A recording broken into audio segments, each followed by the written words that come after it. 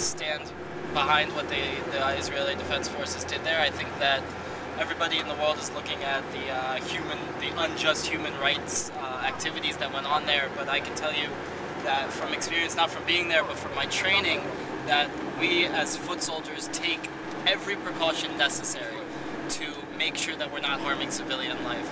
Instead of, just flattening an entire neighborhood where we know terrorists are and flattening an entire building where we know terrorists are, we put our lives on the line and we go house to house, room to room, building to building, backyard to backyard, one at a time, soldier after soldier after soldier, putting our lives on the line every second so that we can make sure that we're not harming civilian life as much as possible. And that's something that you don't always see from most armies.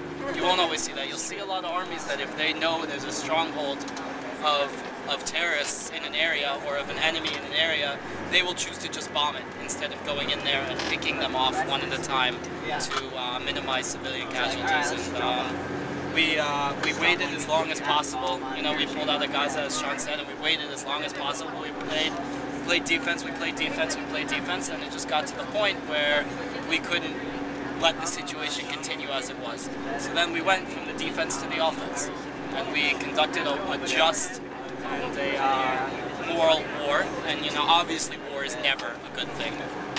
It's never good for anybody. It's harmful to both sides, to everything. But this was something that we needed to do to change the situation that was going on in Gaza. And for the time being, thank God, we have changed the situation. They're not firing as many rockets over.